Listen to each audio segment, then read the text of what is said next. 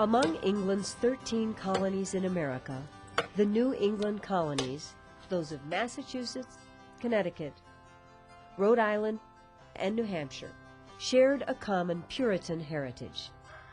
However, all of them really owed their existence to another colony called Plymouth that was founded in 1620 by a small group of religious extremists that we know as the Pilgrims.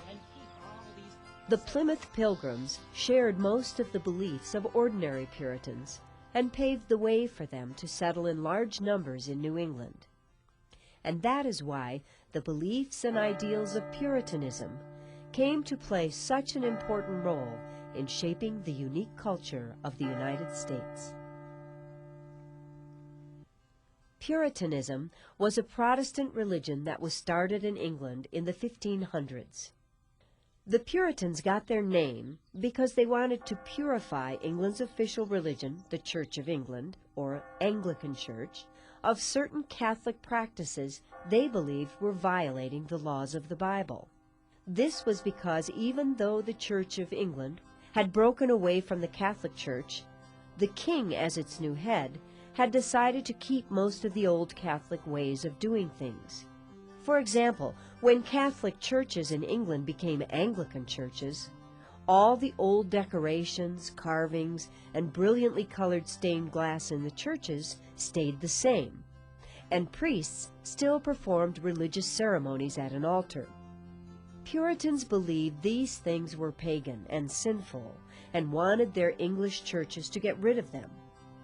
They wanted to see changes made that were deep and meaningful. Most Puritan ideas about religion came from a French Protestant theologian named John Calvin. Calvin taught that the Catholic display of religious images was nothing more than idolatry, or idol worship. Calvin also taught that only a chosen few, those who were predestined by God to do so, would reach heaven. In Calvinist churches, there were no priests, no decorations, no music, and no religious ceremonies. Because of their Calvinist beliefs, Puritans were often in conflict with the king and other authorities of the Church of England. Even so, most Puritans had no desire to leave the Church of England. They just wanted to purify it from within. Unlike ordinary Puritans, a small offshoot group known as the Separatists, the people we call the Pilgrims, believed that the only way to have a pure religion was to follow their own path and separate themselves from the Anglican Church. Their beliefs got them into constant trouble. A lot of Separatist pilgrims once lived in and around the tiny village of Scrooby in the north of England. They were frequently jailed around here for conducting private religious services, which was strictly against the king's laws. When the Separatists pleaded with the king for religious freedom, he refused to grant it and ordered them to follow his rules. After that, a lot of pilgrims fled to Holland, a country where Calvinist churches thrived. But the Separatists were never very happy living in Holland, and after Jamestown in the colony of Virginia got going in 1607, many of them decided that they should go to America too, and try to establish a colony of their own, where they could freely follow their religious beliefs. By 1620, the Pilgrims had convinced a company of merchants in London to provide them with everything they needed to start a new colony. In return, they agreed to give the company half of everything the colony produced for 7 years. In September of that year, the Pilgrims, along with a group of Anglican colonists, sailed for Virginia on a ship called the Mayflower. However, the ship was blown off course and ended up off of Cape Cod in New England instead. The Pilgrims realized they had come to a place where no English people had ever successfully settled, and where English laws did not apply. So they made an agreement about how they would govern themselves. This agreement, called the Mayflower Compact, outlined a plan for a very simple form of democratic self-government and was the first such document in the history of America. After the Mayflower Compact was signed, the colonists began to search for a suitable site for their colony. The spot they chose was on a partially wooded hillside where an American Indian village had once stood. They liked this spot for several reasons. First, because some of the land had already been cleared of trees, so it would be easier to start farming, and also because it was right on Cape Cod Bay. Being on the bay was very important, not only because of its abundant supply of fish, but also because ships could safely anchor there, and this would allow goods to be easily transported to and from the colony. Plymouth's early days were very difficult and many people died. Nevertheless, with a lot of hard work, only 7 years after coming to America, the colonists had managed to create an outpost of English civilization in the wilderness. It is not surprising that it looked like the villages from which the settlers had originally come. However, unlike most English villages, New Plymouth had no stores where groceries, medicines, or tools could be purchased. It also had no hospital or school, and none of the friendly inns found in most English towns. But back in 1627, it still had many useful buildings, and they all possessed the special beauty that comes from being completely made by hand. For example, they had constructed large barns for both cattle and hay, as well as a combination fort and meeting house that was the largest and most important building in town.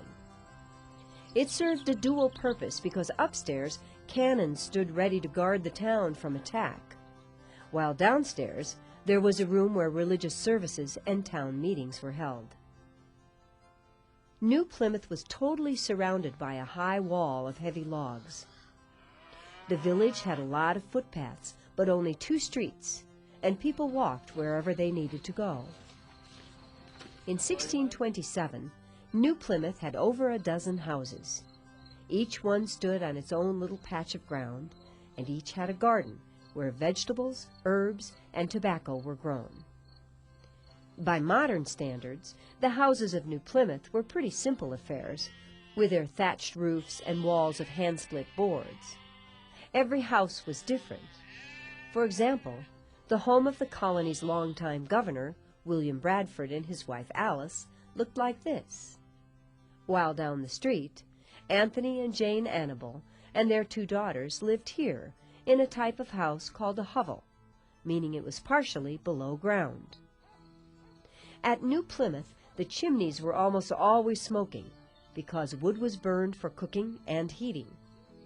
That was why large piles of wood were as common a sight as the piles of rubbish that stood outside each door.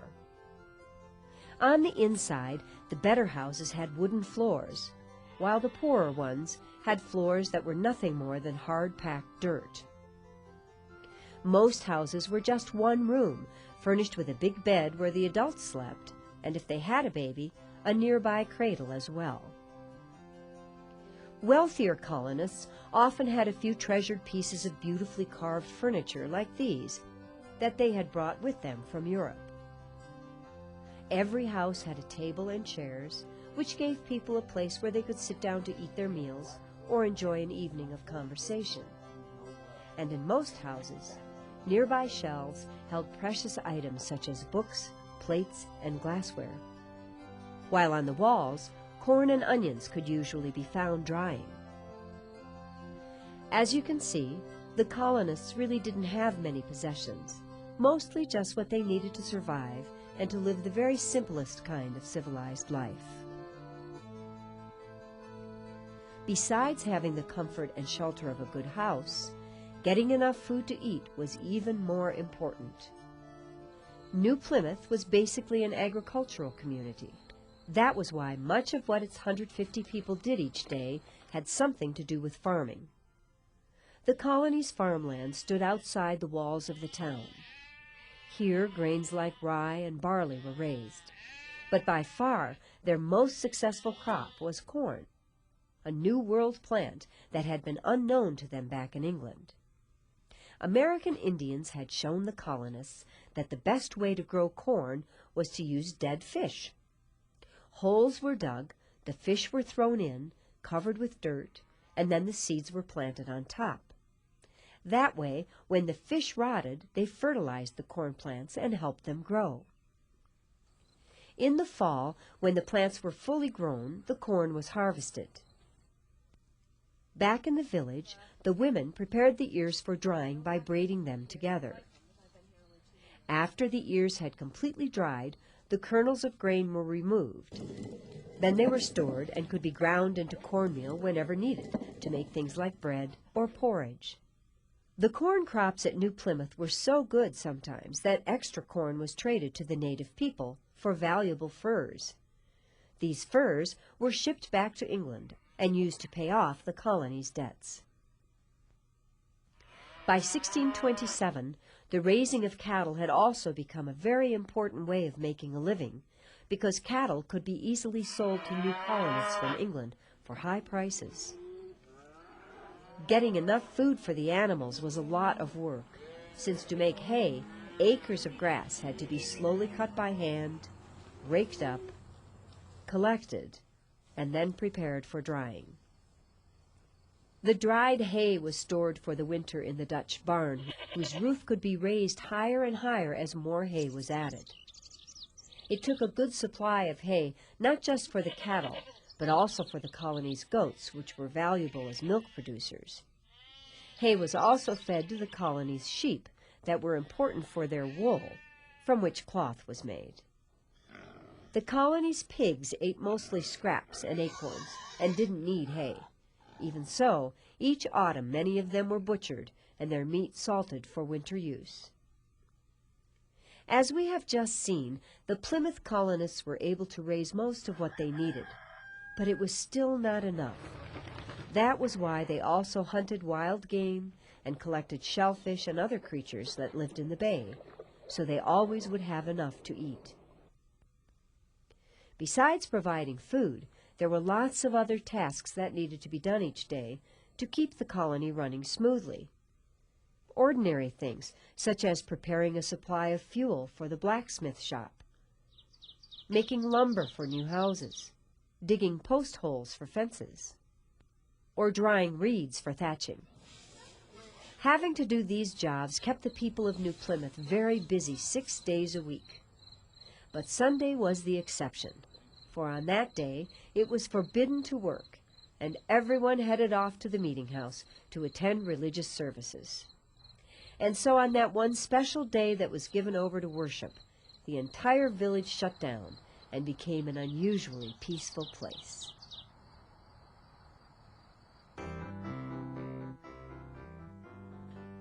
People from New Plymouth started to settle on the northern lands that became the colony of New Hampshire as early as 1623. Although 18 years before, a group of English colonists had tried to establish a colony called Popham Plantation a bit further north in present-day Maine, but their attempt failed within a year. The first successful English settlement in this region occurred when Plymouth colonist David Thompson began trading furs and fishing near the mouth of the Piscataqua River, seen here.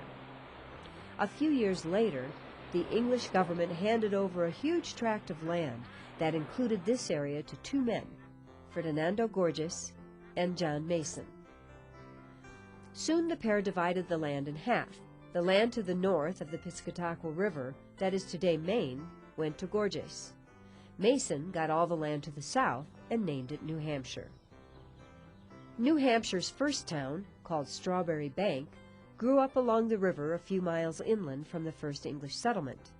It became today's city of Portsmouth. As New Hampshire's first town was being settled, a great migration of Puritans had begun just to the south. This colony was called the Massachusetts Bay Colony. It rapidly developed two main towns, Salem and Boston, under the leadership of its governor, John Winthrop.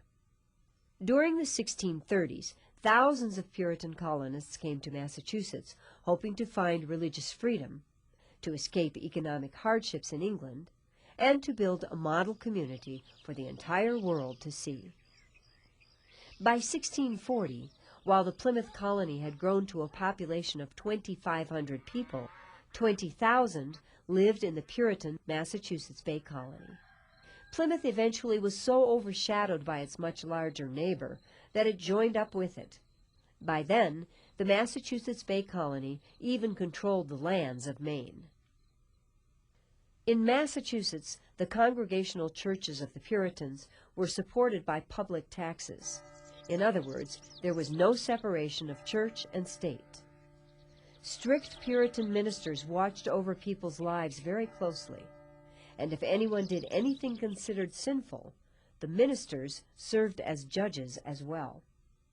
In fact, in 1692, in Salem, Massachusetts, Puritan judges convicted 19 people of being witches and had them put to death by hanging. However, well before this time, Puritan ministers, unhappy with things in Massachusetts, had started to look for other places to settle.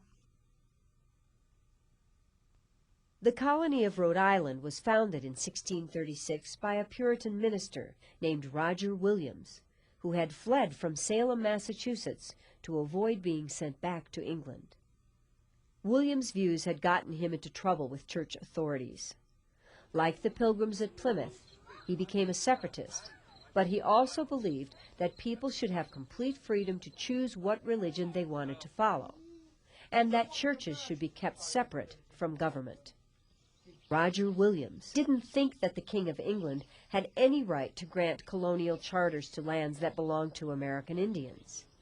In the beginning, he allied himself with the native people and befriended their leaders. He even went on to learn their language and write a book about it. About a quarter-mile from the quiet street seen here, Williams founded Rhode Island's original colonial settlement. A town he named Providence for, as he said, God's merciful providence unto me in my distress, referring to the trouble from which he had escaped back in Massachusetts. It was from here in Providence that the smallest English colony, officially known as the Colony of Rhode Island and the Providence Plantations, began. For many years, the colonial capital was the city of Newport, located on an island called Rhode Island. In the years before the Revolutionary War, Newport rivaled New York and Boston as the greatest port city in the colonies. Newport was also an important center of the shipbuilding industry, and for a while was the largest slave trading port in the world. In the 1600s, Rhode Island had become a place that welcomed all faiths, not just Puritans. Reminders of this fact can still be found in Newport today, for it is home to the oldest Jewish synagogue in the United States. Its first congregation assembled in 1658. Nearby is a meeting house founded by a group of Quakers a few years later. It stands just across the street from America's oldest surviving tavern. 250 years ago, the White Horse was a favorite gathering place for Rhode Island's colonial legislators. The colony of Connecticut lay to the west of Rhode Island and was founded in 1636, at the same time Rhode Island was being founded. But before the English ever arrived in the region, a non-English colony, New Netherland, had on and off claimed the land west of the Connecticut River. In fact, in 1633, Dutch fur traders established an outpost here. That same year, a Puritan from Massachusetts set up his own trading post nearby, and the town of Windsor developed from it. Soon, other settlers came from Massachusetts and started the town of Wethersfield to the south. As more English people arrived from Massachusetts, the Dutch gave up their trading post on the river, and English settlers built the town of Hartford there. It is now the capital of the state of Connecticut. In 1636, these three towns united to form the original Connecticut colony. There was trouble in Connecticut soon after it was founded, when a brief war broke out not far from here. Settlers attacked a group of Pequot Indians, believing their warriors had killed a colonial leader. As a result of the Pequot War, 600 native people, including women and children, were massacred. From its early days as a colony, the people of Connecticut were governed by a code of laws called the Fundamental Orders, considered to be the first constitution for a government ever written in America. Under the Fundamental Orders, certain people other than Puritan ministers were allowed to have a voice in government. Even at that, only white male landowners that belonged to the Puritan Congregational Church were allowed to vote. For in Connecticut, there was no freedom of religion. In the midst of the territory of Puritan Connecticut, people from separatist Plymouth founded another colony called New Haven, starting in 1638. This colony came to be made up of a group of church-ruled towns clustered on Long Island Sound and on Long Island itself. In 1662, King Charles II granted the Connecticut colony an unusual charter that made it almost independent from England. In fact, he even gave them the right to elect their own governor. Under this charter, the king commanded that all the lands held by the colony of New Haven be put under the control of the colony of Connecticut. And so it was that New Haven turned out to be a very short-lived English colony that ended just 24 years after it began. The people of the New England colonies created the products upon which their economy was based. The region's economy was greatly helped by the Puritans' belief in what was called the Protestant work ethic. This was the belief that God had commanded 6 days of work a week, which, if pursued with enough enthusiasm, was rewarded with wealth. Even though most hard-working Puritans in New England farmed, agriculture played only a minor role in the region's economy in colonial times. This was because the soil was too rocky and thin to support many large farms. In New England, thousands of heavy rocks had to be cleared from the fields and piled up into stone walls before any farming could be done. Today, these ancient stone walls are a very familiar sight all across the New England countryside.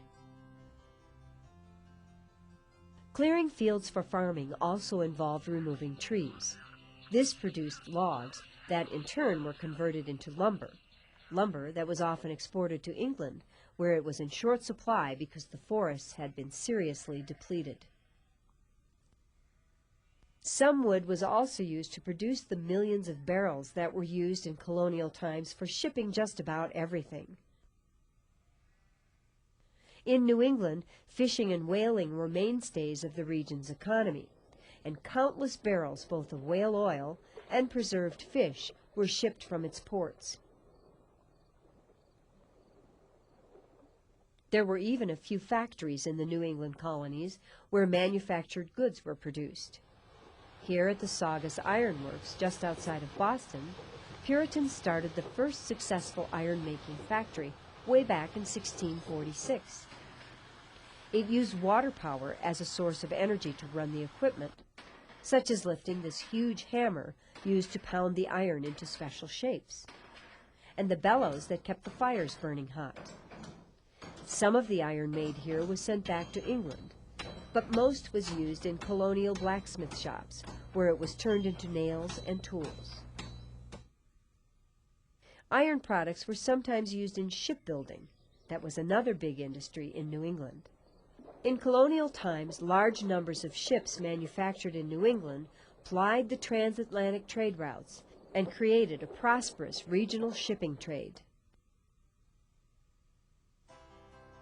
The colonial shipping trade followed certain three-way or triangular trade routes.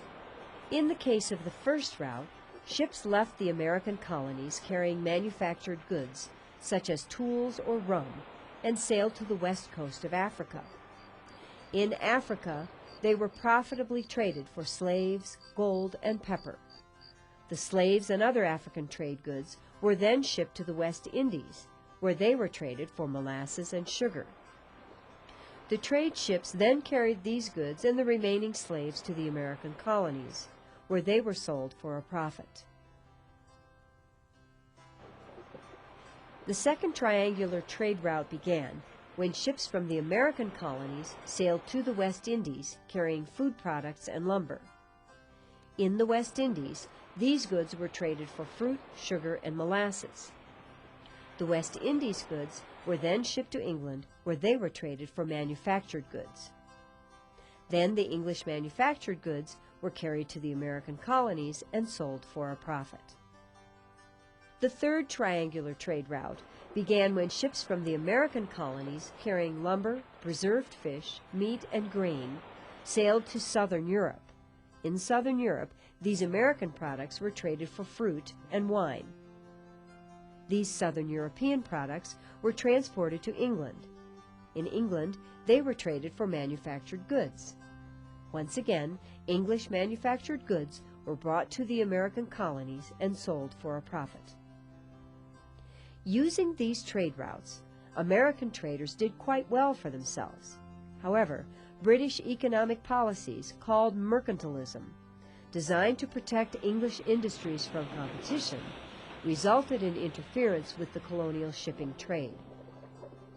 Problems arose when the Navigation Acts were put into effect. The Navigation Acts caused great economic problems, especially in the New England colonies. As a result, colonists in Massachusetts and Rhode Island burned British ships, serious acts of rebellion that helped set off the Revolutionary War.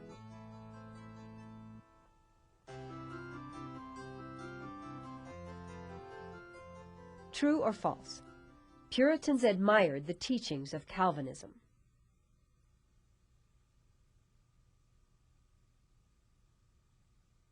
True or false? The colony of Rhode Island had a great amount of religious freedom.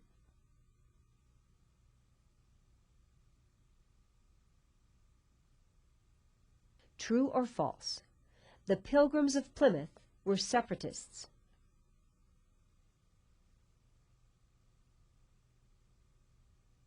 True or false? The Protestant work ethic was important in all the New England colonies.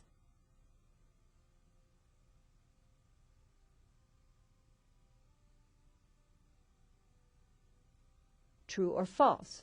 New Hampshire's first colonists came from Plymouth. True or false? Maine was once part of the Massachusetts Bay Colony.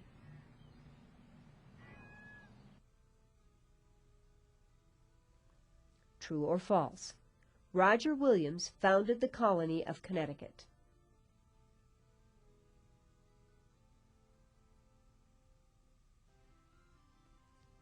True or false? The economy of the American colonies depended on 3 different rectangular trade routes.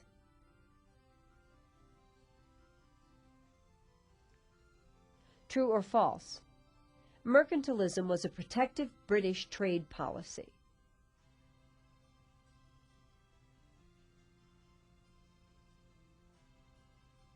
True or false? The colony of Connecticut was established when 3 towns joined together.